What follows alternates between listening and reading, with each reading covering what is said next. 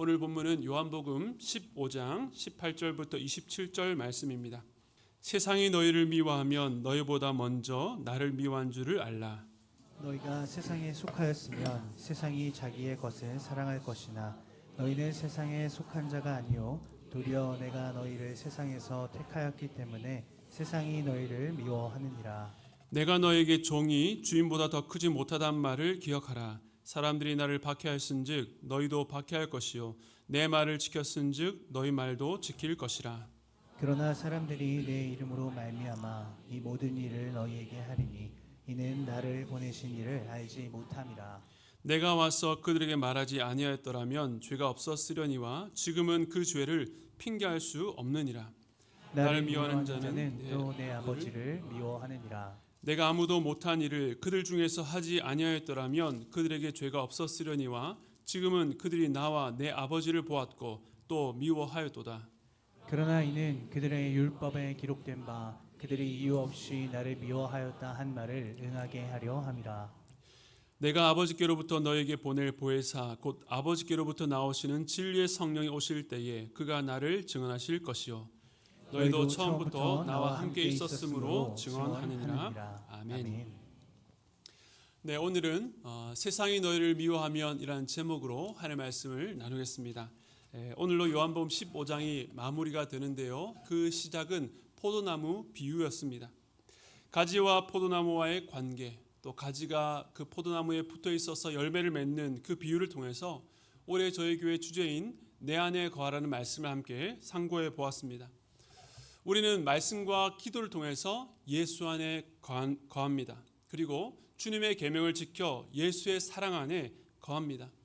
이것은 위력에 의한 강압적인 굴종이 아니라 사랑하는 자, 바로 친구로서 그 뜻을 깊이 이해하고 아는 가운데 사랑하기 때문에 순종하게 됩니다. 우리가 그렇게 순종해야 될 주님의 계명은 서로 사랑하는 것, 바로 주님의 몸된 교회 안에 형제 자매들이 서로 섬기고 용납하고 품어주는 것입니다. 우리는 비록 부족하고 연약하지만 우리가 그 부족한 가운데서도 서로를 사랑할 때에 그 안에서 하늘의 위로와 주님의 큰 사랑을 경험하게 됩니다.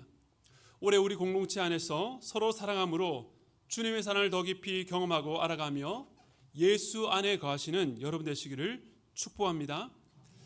지금까지 예수 안에 거하는 삶, 연합과 하나됨, 사랑에 대한 말씀을 나누었습니다. 그런데 오늘 본문 15장의 마지막 부분에서 주님의 가르침이 뜻밖의 방향으로 이어집니다. 그것은 바로 미움과 증오에 대한 말씀입니다. 여러분은 누군가에게 미움의 대상이 되어본 경험이 있으십니까?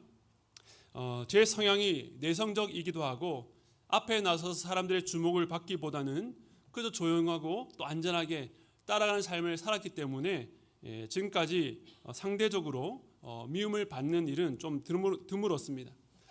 그런데 이 학교와 교회 또 가정이라는 안전한 울타리 속에서 보호받고 살다가 처음으로 모진 세상을 경험하게 된 곳이 바로 군대였습니다. 어리버리한 이등병으로 너무 긴장하다 보니까 지금 생각해도 이해할 수 없는 여러 가지 실수와 잘못을 계속 반복하게 되었습니다. 회복하려고 그렇게 애를 쓰는데도 그때는 마치 늪에 빠진 것처럼 계속 아래로 내려가는 것만 같았습니다. 그래서 제 인생 처음으로 모두로부터 정죄와 미움을 한 몸에 받는 참 외롭고 두려운 시간들을 보낸 적이 있습니다. 그런데 사실 여기까지 나아가지 않아도 내가 속한 곳에서 한 사람만 내게 등을 돌리고 미워해도 견디기 힘듭니다. 그런데 오늘 본문은 우리가 세상으로부터 이런 미움과 증오의 대상이라고 말씀합니다.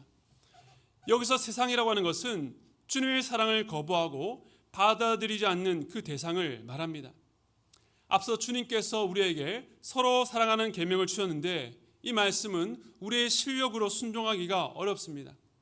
그런데 이 불가능한 미션 앞에 있는 우리는 또한 세상에게 미움을 받는다고 말씀하는 것입니다. 서로 사랑하지 못하는 그 내적인 연약함과 함께 우리는 또한 세상으로부터 미움과 적대시 당하는 그런 대치 상황 가운데 있는 것입니다. 즉 세상은 우리의 신앙생활을 응원하거나 도와주지 않고 어떻게 해서든 낙심시켜서 주저앉게 만들려고 합니다. 그런데 주님은 세상이 이처럼 우리를 미워하는 이유에 대해서 이렇게 말씀하셨습니다. 오늘 본문 18절인데요. 제가 읽겠습니다. 세상이 너희를 미워하면 너희보다 먼저 나를 미워한 줄을 알라. 보통 누군가가 나를 미워한다는 소식을 들으면 반사적으로 내가 무엇을 잘못했는가라고 하는 생각이 먼저 듭니다.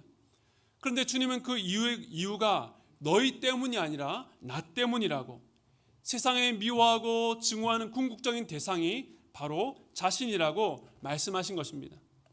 마치 세상의 증오 앞에서 어찌할 바를 몰라서 위축되어 있는 자들을 자기의 뒤편에 숨기시며 보호해 주시는 것 같습니다. 이어서 예수님은 세상의 제자들을 미워하는 구체적인 이유에 대해서 이렇게 말씀하셨습니다. 19절인데요. 우리 함께 읽겠습니다. 시작. 너희가 세상에 속하였으면 세상이 자기 것을 사랑할 것이나 너희는 세상에 속한 자가 아니요 도리어 내가 너희를 세상에서 택하였기 때문에 세상이 너희를 미워하느니라. 그러니까 소속의 문제라는 것입니다. 우리가 이 세상에 속했다면 세상은 당연히 같은 소속, 자기의 소유인자들을 사랑하겠지만 우리가 세상에 속하지 않고 예수님이 우리를 세상 가운데 택하셨기 때문에 세상이 우리를 미워하는 것이다 라고 말씀하셨습니다. 우리가 세상에 속할지 아니면 예수님께 속할지를 선택한 것이 아니라 예수님께서 우리를 그 세상 가운데서 택하셨다는 것입니다. 과거 우리는 세상과 함께 세상에 속하여 예수님을 미워하고 증오했지만 이제는 그 세상에서 주님께 속한 자로 삼아 주신 것입니다. 그래서 골로새서 1장 13절에 이렇게 말합니다. 그가 우리를 흑암의 권세에서 건져내사 그의 사랑의 아들의 나라로 옮기셨으니. 아멘. 주께서 택해 주신 은혜로 우리의 소속이 바뀌었습니다. 그렇기 때문에 세상으로부터 미움을 받게 된 것입니다. 우리가 읽지 않았지만 본문 20절은 종이 주인보다 더 크지 못한 것처럼 세상이 예수님을 박해했다면 제자들도 박해받는 것이 당연하다라고 말씀합니다. 예수님께 속한 자가 세상과 원만하게 타협하면서 좋은 관계를 유지하려고 한다면 그것은 주인을 넘어서는 교만한 생각이며 그럴 수가 없다는 것이죠. 더 나아가서 이러한 세상의 미움과 증오에는 더 근원적인 이유가 있었는데요. 요한복음 15장 21절입니다. 우리 함께 읽겠습니다. 시작. 그러나 사람들이 내 이름으로 말미암아 이 모든 일을 너에게 하리니 이는 나를 보내신 이를 알지 못함이라. 세상이 예수님의 이름 때문에 그 이름의 권세와 신분 때문에 제자들을 미워하는데 그 이유가 나를 보내신 이를 알지 못하기 때문이다. 즉 그들의 무지가 원인이다라고 말씀하셨습니다. 그런데 여기서 말하는 무지란 단지 지식, 정보가 부족한 상태가 아닙니다. 요한복음에서 계속 말씀하는 것처럼 똑같은 것을 보고 듣고 경험해도 완악하게 진리를 거부하는 적극적이고 또 자의적으로 스스로를 영적 무지 상태에 가둔 상태예요. 생명이 없어서 영적으로 죽은 자들의 상태를 말합니다. 세상은 하나님의 말씀에 순종하여 그 모든 약속을 성취하러 오신 예수님을 거부할 뿐만 아니라 그를 정죄하고 공격했습니다. 그때에도 주님은 바리새인들과 서기관들에게 너희는 나를 보내신 이를 알지 못한다라고 거듭 말씀하셨던 것과 같습니다. 이러한 무지가 일으키는 결과에 대해서 오늘 본문 23절에 이렇게 말합니다. 나를 미워하는 자는 또 내 아버지를 미워하느니라. 예수님을 미워하는 자들은 단지 아버지를 모르는 데서 그치지 않고 아버지를 미워하는 원수 관계 가운데 있다는 것을 의미합니다. 그러니까 아버지를 미워하기 때문에 예수님을 미워하고 그렇기 때문에 예수님께 속한 제자들을 적대시 한다는 것입니다. 지난 요한복음 8장에서도 유대인들이 우리들은 아브라함의 자손이고 율법을 철저히 지켰다고 자부했을 때에 주님은 너희 아비는 하늘의 아버지가 아니라 거짓의 아비 마귀라고 통렬하게 비판하셨습니다. 그들이 영적 실체를 드러내신 것입니다. 그런데 유대인들이 이 예수님께 보내었던 불신과 미움, 증오에 대해서 나중에 그때는 우리가 몰라서 그랬습니다 라고 변명할 수 없는 것은 오늘 본문 24절의 말씀 때문입니다. 내가 아무도 못한 일을 그들 중에서 하지 아니하였더라면 그들에게 죄가 없었으려니와 지금은 그들이 나와 내 아버지를 보았고 또 미워하였도다. 22절도 마찬가지입니다. 예수님이 이 땅에 오셔서 하나님이 보내신 자가 아니라면 절대로 할 수 없는 일들을 하시고 여러 말씀으로 가르치셨습니다. 지금까지 요한복음에서 7개의 표적과 7개의 선언, 에고 에이미, 나는 무엇이다라는 선언을 보았는데 모두가 메시아의 신분과 정체를 밝히 드러내신 것입니다. 또한 복음서의 수많은 이적들은 단순한 기적이 아니라 모든 구약 성경에 예고되었던 메시아에 대한 약속의 성취였습니다. 정말로 유대인들이 하나님의 말씀을 사랑하고 그 말씀을 믿었다면 주님의 행적과 말씀을 듣고 볼 때에 그리스도께 나와 무릎을 꿇고 그 앞에 그 분명한 증거를 받아들였어야 되는데 그들은 의도적으로 거부한 것입니다. 그렇기 때문에 그들은 변명하거나 핑계댈 수 없다고 말씀하십니다. 제자들을 미워하는 세상 이면에 이렇게 근원적인 이유들이 숨어 있는 것입니다. 예수님과 하나님을 향한 무지와 미움입니다. 주님은 제자들이 이와 같이 이 세상의 미움 앞에 서게 된다고 말씀하셨습니다. 그런데 이는 전혀 예상치 못했던 이 불의의 사고와 같은 일들이 아니었습니다. 요한복음 15장 25절에서는 이렇게 말씀합니다. 그러나 이는 그들의 율법에 기록된 바 그들이 이유 없이 나를 미워하였단 말을 응하게 하려 함이라. 이유를 알 수 없는 미움, 그러니까 도저히 이해할 수 없고 납득할 수 없는 그 미움입니다. 우리가 누군가에게 호의를 베풀고 친절하게 대하면 당연히 긍정적인 반응을 기대합니다. 그런데 하늘 보좌를 버리고 죄인을 사랑하기 위해서 이 땅에 오신 예수님을 미워하고 거부하는 것은 이유 없는 미움이라고밖에 말할 수 없는 것입니다. 그런데 이것조차 율법에 기록된 일을 응하게 하려는 것이다 라고 말씀합니다. 무슨 말씀입니까? 제자들에 대한 세상의 미움이 주님의 계획과 능력을 벗어난 일탈이 아니라 이것 또한 주님의 계획 안에 있는 일이라는 것입니다. 그러므로 이를 먼저 알리신 것은 제자들에게 이 세상에서 이유로 할 수 없는 미움을 당할 때에 힘들고 두렵겠지만 그때에도 이 모든 것을 알고 다스리시는 주님을 신뢰하라는 것입니다. 세상의 미움 앞에 우리로서는 답이 없습니다. 어떻게 될지 모르고 두렵습니다. 하지만 주님께 답이 있다는 것, 그 핍박 가운데 붙들어야 될 진리입니다. 주님은 이미 아셨습니다. 그런데 주님께서 아신다는 것은 그저 상황을 안다, 공감하신다 그 이상을 의미합니다. 바울은 과거에 복음을 전하던 스데반 집사를 돌로 쳐 죽이는데 가장 앞장섰습니다.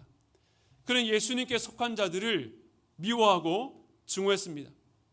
이후에도 예수를 전한 자들을 결박하여서 예루살렘으로 끌고 오려고 공문을 받아서 다메섹으로 갔습니다. 그는 바로 그 길에서 부활하신 예수님을 만나게 됩니다. 하늘로부터 정오의 태양보다 더 밝은 빛이 사울을 비췄을 때에 사울은 땅에 엎드려져서 그저 소리만 들을 수밖에 없었습니다. 그때 주님께서 그에게 말씀하셨습니다. 사도행전 9장 4절과 5절 말씀 우리 함께 읽겠습니다. 시작. 땅에 엎드러져 들음에 소리가 있어 이르시되 사울아 사울아 내가 어찌하여 나를 박해하느냐 하시거늘 대답하되 주여 누구시니까 이르시되 나는 내가 박해하는 예수라. 아멘. 사울은 분명 예수 믿는 자들을 미워하고 박해했습니다. 그런데 예수님의 말씀은 왜 나를 박해하느냐? 나는 내가 박해하는 예수라고 말씀하십니다. 예수님께서 제자들에게 세상이 너희를 미워하는 것은 너희보다 나를 미워하기 때문이다 라고 하셨는데 주님은 우리가 핍박당할 때에 우리 앞에서 그 핍박을 먼저 경험하십니다. 그러므로 우리가 이 세상에서 이해할 수 없는 미움을 받을 그때에 나만 겪는 고통이 아니라 바로 지금 주님께서 우리의 수치와 괴로움을 함께 직접 받고 계시다는 것을 기억해야 합니다. 이 땅에서 하나님의 백성, 예수 그리스도의 제자, 교회로 부름받은 성도는 세상을 향해서 우리는 구원받았고 너희들은 구원받지 못했다라고 하는 우월의식과 판단, 정죄하고 있는 그 높은 자리가 아니라 세상에서 미움받는 가장 낮은 자리로 부름을 받았다는 것을 기억해야 합니다. 사랑하는 성도 여러분, 여러분은 이 진리를 받아들일 준비가 되셨습니까? 사실 오늘 말씀은 그 당시의 제자들만이 아니라 오늘 우리도 참 당황스럽게 하는 말씀입니다. 우리는 건강의 축복과 물질적인 복과 자녀들이 잘 되는 형통한 이 세상에서 잘 되는 것으로 우리의 탁월함과 하나님의 자녀로서의 존귀한 신분이 드러나기를 기대합니다. 세상이 아무리 어렵고 혼란스러워도 우리에게는 그 고난이 비껴가고 성공하기를 기대합니다. 그래서 하나님 모르는 세상을 향해서 너희들도 이런 복을 받으려면, 누리려면 예수 믿으라고 말하고 싶어 합니다. 물론 잘 되고 성공하는 것이 잘못이라거나 그런 것을 기대하거나 기도해서는 안 된다는 말이 아닙니다. 하지만 오늘날 우리가 바라고 기도하는 것 안에 진리와 상관없는 우리의 정욕과 탐심이 너무나도 쉽게 침투하기 때문에 우리가 구하는 것이 세상 사람들과 추구하는 것과 달라야 된다는 것을 늘 기억함으로 분별해야 한다는 것입니다. 오늘 말씀에 근거하면 우리가 기대하는 것과 반대로 우리가 이 세상에서 하나님의 백성답게 살려고 하면 살수록 세상의 부러움과 선망의 대상이 아니라 오히려 미움과 증오의 대상이 된다고 말씀합니다. 그래서 그리스도인들은 세상 속에 이 불편과 갈등을 일으키는 존재가 될 수밖에 없습니다. 실제 복음서를 지나서 사도행전을 읽어보면 예수님의 제자들과 초대교회 성도들은 복음 때문에, 예수 믿는 것 때문에 옥에 갇히고 매를 맞고 심지어 돌에 맞아 죽기까지 했습니다. 우리나라에서도 처음 기독교가 들어왔을 때에 많은 사람들이 이 복음 때문에 핍박을 받았고 가족들로부터 절연을 당하고 심지어 죽기까지 했습니다. 지금도 기독교 밖의 국가에서는 예수 믿는 것 때문에 많은 핍박과 어려움을 당하는 성도들이 많습니다. 주님은 제자들에게 너희는 이러한 삶을 감수해야 된다라고 말씀하시는 것입니다. 여러분은 이러한 주님의 말씀을 수용하실 각오가 되셨습니까? 그런데 이러한 종류의 미움과 핍박은 오늘 우리가 살아가는 환경에서는 경험하는 것이 쉽지가 않습니다. 그래서 예수 믿는 것 때문에 내가 지금 세상의 미움을 받고 있는가라고 생각해 보면 고개가 갸웃거려집니다. 그래서 이 말씀을 우리의 삶에 적용하기 위해서 잠시의 조율이 필요한데 먼저 지금 우리의 현실과 괴리가 있는 이유를 두 가지로 생각해 보았습니다. 먼저 첫 번째는요, 시대가 다릅니다. 초대교회나 우리나라 초기 기독교 시기와 오늘날 우리가 살아가는 시대는 역사적으로 공간적으로 다르다는 것을 인정해야 됩니다. 그렇기 때문에 우리가 초대교회 성도들처럼 예수를 전하다가 겪는 핍박과 박해를 겪지 않는다라고 해서 그때보다 수준 낮은 신앙이라고 단정짓거나 열등감을 가질 필요는 없습니다. 모든 시대의 그리스도인들은 저마다 마주한 시대적 상황이 다르기 때문입니다. 그러나 기억해야 될 것은 세상은 여전히 세상이라는 것입니다.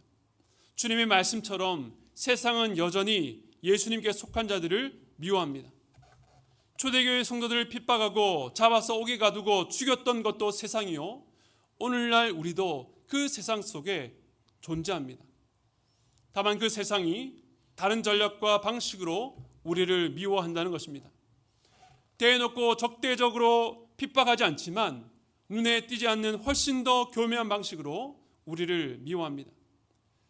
그러므로 적군과 아군이 명확히 구분되는 시대를 지나서 피하 식별이 어려운 힘든 시대 속에서 우리는 하나님의 말씀을 통해서 오늘날에도 세상이 어떻게 이 미움과 증오를 어떤 영역에서 우리에게 하고 있는지를, 우리를 넘어뜨리려고 하는지를 깨어서 분별해야 합니다.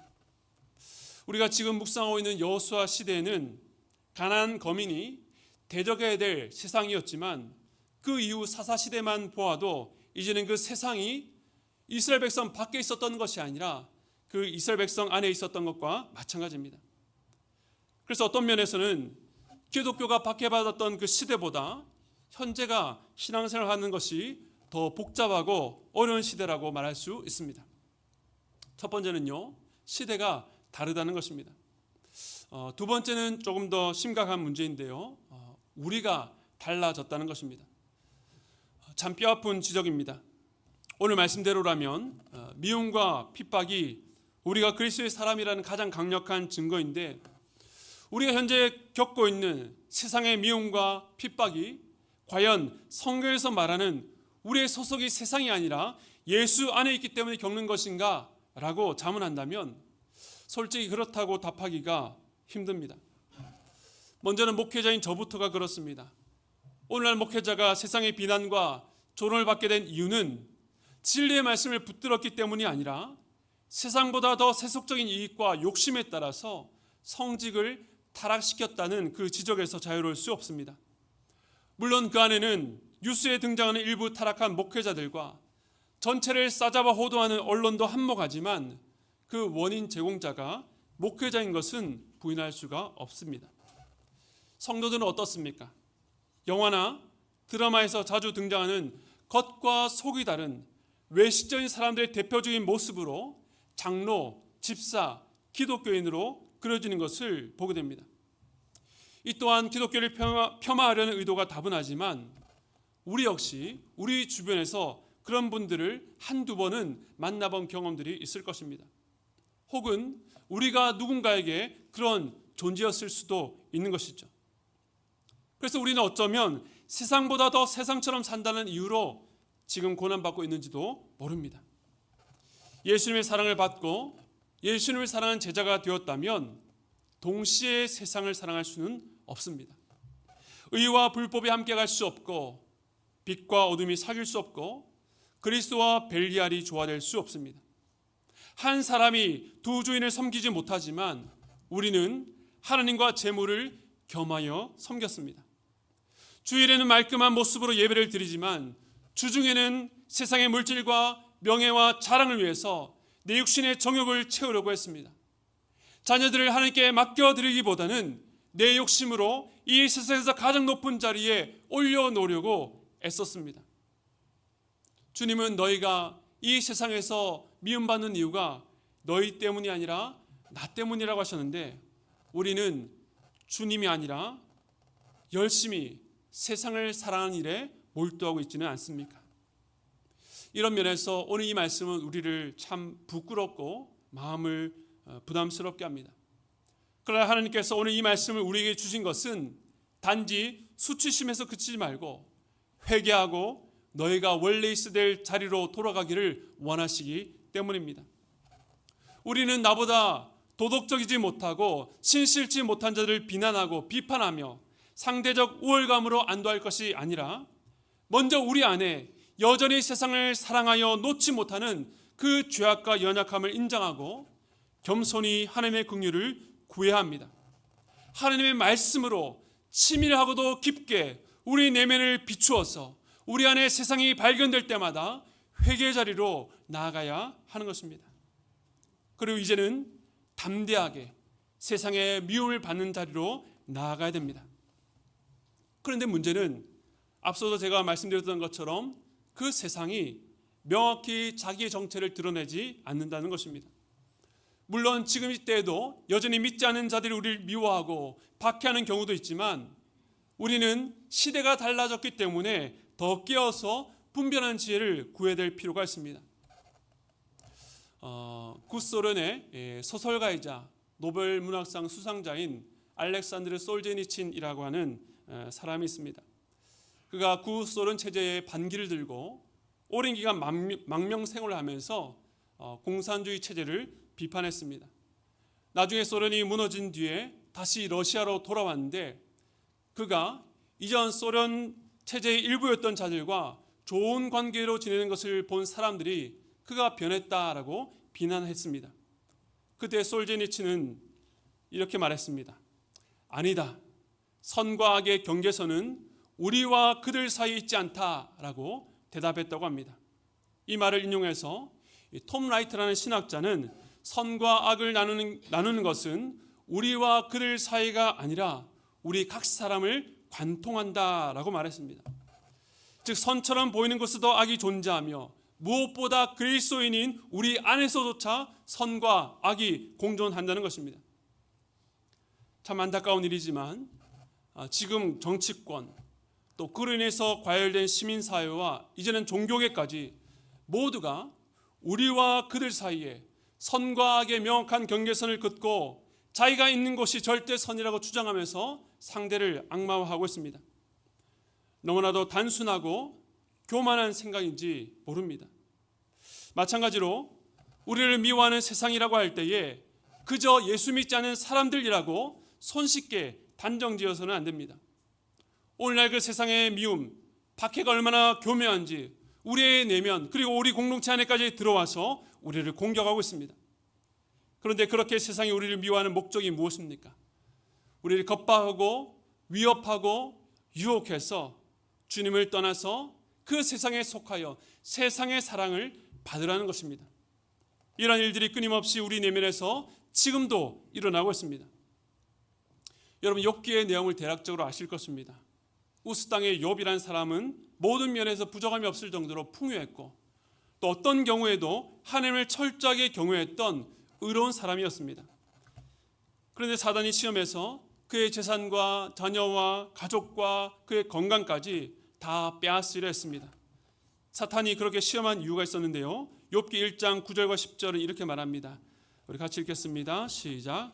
사탄이 여호와께 대답하여 이르되 욥이 어찌 까닭없이 하나님을 경외하리까. 주께서 그와 그의 집과 그의 모든 소유물을 울타리로 두르심 때문이 아니니까. 주께서 그의 손으로 하는 바를 복되게 하사 그의 소유물이 땅에 넘치게 하셨음이니이다. 사탄의 말이 무엇입니까? 욥이 어찌 이유 없이 아무런 이유 없이 하나님을 경외하겠습니까? 하나님께서 그를 풍족한 울타리로 두르시니 그것 때문에 경외하는 것 아닙니까? 그것을 한번 빼앗아 보십시오. 더 이상 하나님을 경외하지 않을 거라고 말했습니다. 우리에겐 욥과 같은 대단한 재산과 또 그처럼 탁월한 경건함이 없지만 이와 비슷한 일들이 날마다 우리 안에서 일어나고 있습니다. 내 인생 최후의 보루라고 생각했던 그 울타리가 계속 무너집니다. 하나님 이것만큼은 안 된다고 붙잡았던 것들이 벗겨지고 무너질 때에 세상이 그 숨겼던 발톱을 꺼내서 우리 안에 속삭입니다. 이것도 책임져 주지 않는 하나님, 이것까지 빼앗아 가시는 하나님을 그래도 신뢰하고 믿을 것인가? 우리 내면에 마음속에 거짓말로 갈등을 일으켜서 주님과 우리 사이에 균열을 내려고 합니다. 주님이 내 삶에 아무런 관심을 두지 않고 나를 사랑하지 않고 예수 안에 건다 할지라도 아무런 유익이 없다라고 속입니다. 즉 세상은 우리를 미워하여서 그들이 미워하는 주님을 우리도 함께 미워하도록 만들려고 하는 것입니다. 그러나 세상이 우리를 미워하여 속이려 할 그때에도 우리는 주님을 여전히 바라보아야 합니다. 나는 나를 둘러싼 울타리 때문이 아니라 예수 그리스도 당신을 여전히 바라보겠습니다. 내가 받는 수치와 핍박을 당신의 것으로 삼으시는 주님을 신뢰합니다. 세상이 나를 미워해도 나는 더욱 주님을 사랑합니다. 그 주님의 사랑을 갈망하고 예수 안에, 예수의 사랑 안에 거해야 하는 것입니다. 그런데 이 삶은 그저 우리의 힘으로 버티는 싸움이 아닙니다. 그러기 위해서는 세상이 우리를 미워할 때에 그 우리 신자 안에 일어나는 또 다른 영적 실제가 무엇인지를 알아야 되는데요. 우리 요한복음 15장 26절 말씀 함께 읽겠습니다. 시작. 내가 아버지께로부터 너에게 보낼 보혜사 곧 아버지께로부터 나오시는 진리의 성령이 오실 때에 그가 나를 증언하실 것이요. 아멘. 우리가 세상의 미움 가운데서도 믿음으로 나아갈 수 있는 것은 지난 14장에서도 말씀하셨던 것처럼 또 다른 보혜사이신 성령님 때문입니다. 주님이 떠나신 뒤에 우리가 주님이 하셨던 일을 하고 그보다 더 큰 일을 할 수 있는 이유, 우리가 주님의 계명을 지킬 수 있는 것은 예수님이 보내신 성령께서 영원토록 우리를 떠나지 아니하시고 우리 안에 거하시기 때문입니다. 성령님은 예수님이 하신 모든 말씀을 가르치고 생각나게 하셔서 우리가 예수 안에, 예수가 우리 안에 있다는 것을 끊임없이 깨닫게 하십니다. 그러므로 성령께서 우리가 세상의 미움 가운데서도 끝까지 주님 안에 머물 수 있도록 증언하시는 것입니다. 뿐만 아닙니다. 그 다음 27절에 이렇게 말합니다. 너희도 처음부터 나와 함께 있었으므로 증언하느니라. 예수님께서는 너희도, 즉 제자들도 주님을 증언한다고 말씀하셨습니다. 다시 말해 제자들은 자신을 미워하고 적대하는 세상 속에서 그냥 가만히 버티기만 하는 것이 아니라 세상이 그토록 미워하는 예수를 증언하는 자들입니다. 그로 인해서 더 미움을 받겠지만 놀랍게도 그 세상 속에서 이 증언을 듣고 주께로 돌아오는 자들이 있는 것입니다. 이 일이 어떻게 가능합니까? 사도행전 1장 8절은 이렇게 약속했습니다. 우리 함께 읽겠습니다. 시작. 오직 성령이 너에게 임하시면 너희가 권능을 받고 예루살렘과 온 유대와 사마리아와 땅 끝까지 이르러 내 증인이 되리라 하시니라. 아멘. 오직 성령이 너에게 임하시면 너희가 내 증인이 되리라. 이것이 지난 기독교의 역사입니다. 그리스도인들이 언제나 자신을 미워하고 핍박하는 세상을 향해서 복음을 전할 때에 사람의 지혜나 능력이나 어떤 신기한 기적이 아니라 오직 성령의 능력으로 사람들이 변화되었습니다. 증오하고 정말 믿지 않으려던 자들이 예수를 믿게 된 것입니다.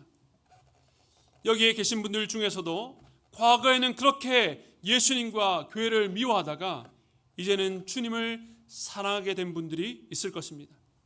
주변에서 당신이 예수 믿을 줄을 몰랐다라고 말한 분들이 있을 것입니다. 복음의 능력, 성령의 역사 때문인 줄로 믿습니다. 여전히 세상은 온갖 교묘한 방식으로 우리를 미워합니다. 예수 믿지 않은 사람뿐만 아니라 교회 안에 있는 사람들을 통해서 그 증오심을 감추지 않고 우리를 무너뜨리려고 합니다.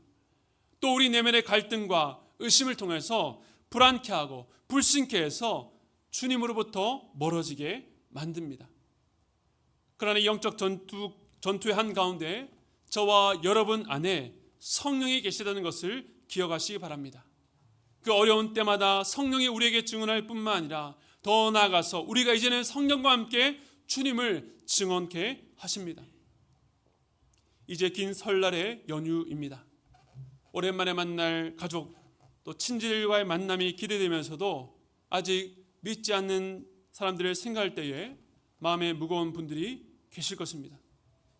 먼저 신앙의 문제가 아니라 우리 안에 혹시라도 그분들을 실망시키고 섭섭해했던 미숙하고 잘못된 부분들이 있다면 이번 설에 용기를 내어서 용서를 먼저 구하시기 바랍니다. 하지만 그런 이유가 없는데도 우리의 친절과 사랑이 계속 무시당하고 이유 없는 미움을 당할 때는 주님처럼 끝까지 사랑하시기 바랍니다. 복음의 능력으로 사랑하고 용납하고 품어줄 때에 성령께서 우리의 그 증언을 반드시 사용하실 것입니다. 우리가 버티고 끝까지 사랑으로 증언할 때에 성령께서 그들 안에 역사하셔서 깨닫고 돌이키게 하실 것입니다. 그들의 어두운 눈을 뜨게 하시고 보게 하실 것입니다. 이번 설날 성령을 의지하고 믿지 않는 친지들과 가족, 이웃들에게 나아가 그들을 위해 기도하고 사랑하시는 여러분 되시기 바랍니다. 비록 세상에서는 미움받지만 그리스도의 증인으로 살아가는 여러분의 삶, 그 명예를 갖고 살아가는 여러분 되시기를 주님의 이름으로 축원드립니다. 우리 시간에 말씀을 기억하시면서 나는 주를 섬기는 것에 후회가 없습니다. 이 찬양 우리의 고백으로, 우리의 결단으로 주님 앞에 올려드리도록 하겠습니다.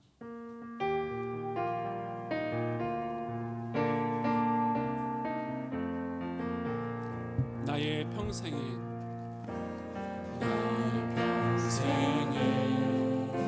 가장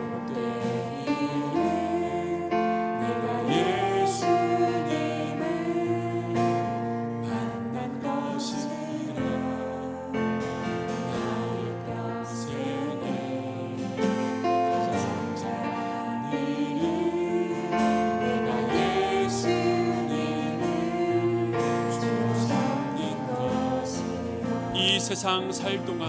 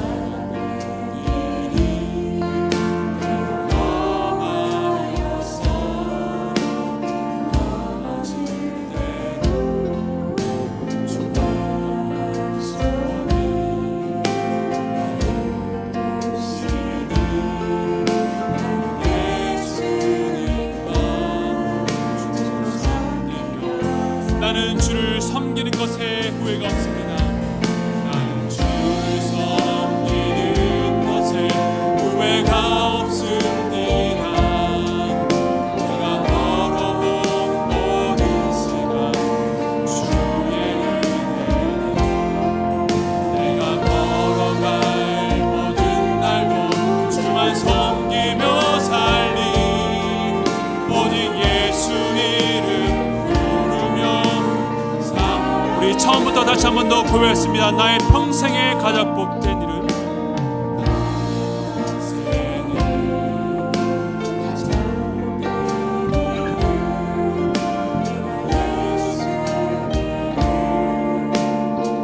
여러분 정말 그렇게 고백하십니까?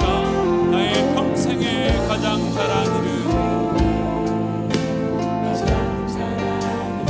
내가 예수님을 주로 섬긴 것이라.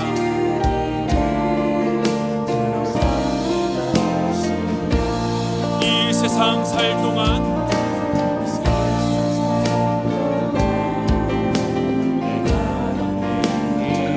때론 험하여서 넘어질 때도 주의 강한 손이 나를 붙드시니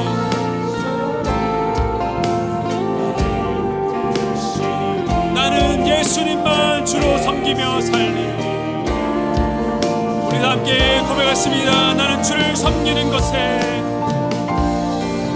나는 주를 섬기는 것에 후회가 없습니다. 내가 걸어오는 시간 내가 걸어갈 모든 날도 주만 섬기며 살리. 모든 예수 이름. 우리 다시 한번 고백하겠습니다. 나는 주를 섬기는 것에 후회가 없습니다. 나는 주를 섬기는 것에 후회가 없습니다. 내가 걸어오는 시간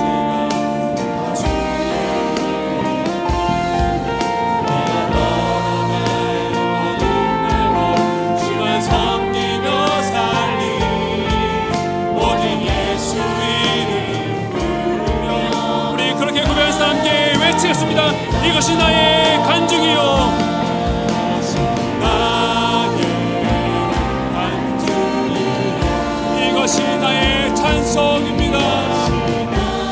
나의 찬송이세. 나 사는 동안 끊임없이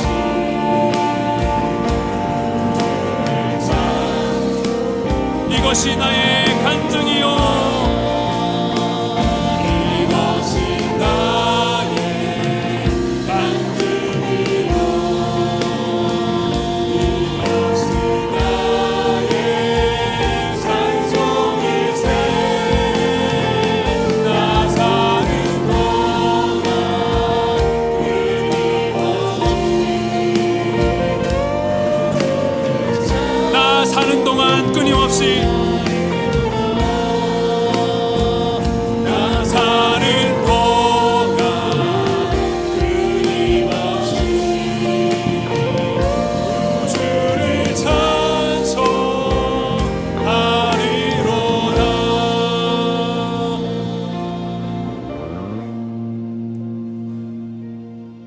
여러분 정말 우리가 방금 불렀던 것처럼 그렇게 고백하십니까? 나의 평생에 가장 복된 일은 내가 예수님 만난 것입니다. 내가 예수님 만나서 이것도 잘 되고 저것도 잘 되고가 아니라 그 예수를 만난 것 그 일 자체, 주님이 나의 주인 되신 그 놀라운 복, 그것 때문입니다. 근데 오늘 말씀은 그 주님 안에 관한 삶이 만만치 않다고 말합니다. 너희는 세상으로부터 내가 겪었던 것처럼 이유를 알 수 없는 미움을 겪게 될 것이다. 많은 사람들의 증오 앞에서 위축될 것이다 말씀합니다.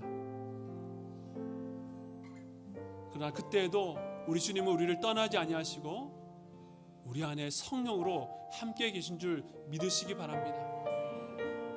여러분들이 그냥 주일날 교회만 왔다 갔다 하는 그런 무늬만 신자가 되지 않기를 원합니다.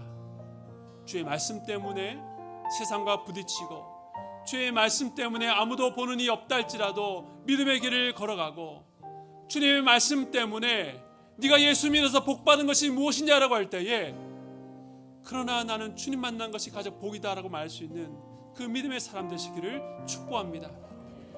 우리 이 시간 함께 기도할 때에 주님 내가 그런 믿음의 길을 걷기를 원합니다. 참 두렵고 불안하고 떨리지만 주께서 내 안에서 증언하시고 나도 주님께서 주님을 증언하는 증인으로 부르셨사오니 그 길을 걸어가겠습니다. 또한 한 번 더 기도할 때에 이번 설날에 만날 우리 믿지 않은 지체들, 우리 친지들, 부모님, 우리 자녀들, 우리 친척들을 주님 앞에 올려드리면서 함께 기도하도록 하겠습니다. 함께 기도하시겠습니다. 하나님 아버지 은혜 감사합니다. 주님 아버지, 하나님 예수 안에 관한 삶을 올해 우리에게 주셨습니다.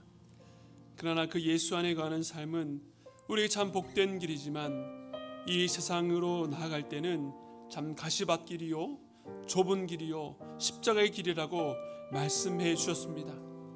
우린 참으로 두렵고 또 연약할 수밖에 없지만 그러나 오늘 이 말씀을 붙들고 세상이 우리를 향한 그 미움과 증오 앞에 위축되지 아니하고 주의 복음의 말씀을 듣고 서 있기를 원합니다.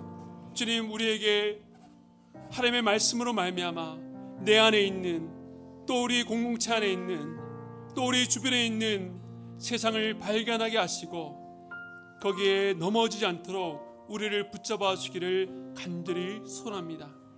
그저 이분법적으로 선을 긋는 것이 아니라 내 안에 있는 그 연약함을 주님 앞에 철저히 회개하며 우리의 모든 영역이 머리에서부터 발끝까지 우리 영혼의 가장 깊은 곳까지 온전히 주님만을 바라보며 주님만을 신뢰하며 나아갈 수 있도록 붙잡아 주시기를 간절히 소원합니다. 올 설 연휴에 친지들을 만날 때에 내가 예수 믿으면서 다른 형제들보다 더 잘되지 못하고 경제적으로 궁핍하고 어려운 가운데 있다 할지라도 그것이 우리로 하여금 위축되지 않게 하시고, 그러나 오늘 마지막 우리가 고백했던 것처럼 이것이 나의 간증이요 나의 고백입니다. 내가 예수를 만난 것, 그것을 우리가 믿으며 끝까지 증언하는 증인으로 삶을 살아갈 수 있도록 붙잡아 주시옵소서. 비록 우리가 증언하는 것이 이 세상에는 지혜로워 보이지 않고 탁월해 보이지 않고 좋아 보이지 않는다 할지라도 그 안에 성령이 함께 하시기 때문에 우리의 고백과 우리의 그 헌신을 통해서 우리 성령께서 일하실 줄로 믿습니다. 믿지 않고 완고하게 복음을 거절한 자들이 주님의 때에 주님께로 돌아올 수 있도록 붙잡아 주시고 그 일을 기대하며 오늘도 우리가 눈물의 씨앗을 뿌릴 수 있도록 붙잡아 주시옵소서. 이번 설 연휴 나갈 때에 오직 성령이 너에게 임하시면 내 증인이 되리라 하신 그 말씀 붙들고 우리 안에 성령을 충만케 하셔서 우리가 믿음의 눈으로 분별할 수 있도록 붙잡아 주시고 그 성령과 함께 증언하는 삶을 살 수 있도록 주여 역사해 주시옵소서. 지금은 우리 주 예수 그리스도의 한량없는 은혜와 하나님 아버지의 무한하신 사랑하심과 성령님의 감동 감화 교통하심의 역사가 세상의 미움과 증오 앞에 결코 타협하거나 뒤로 물러서지 아니하고 예수께 속한 자로, 예수 안에 거하는 자로 성령과 함께 증인이 되겠다고 다짐하고 돌아가는 모든 성도들의 머리 위에 지금부터 영원토록 함께 있기를 축원드리옵나이다.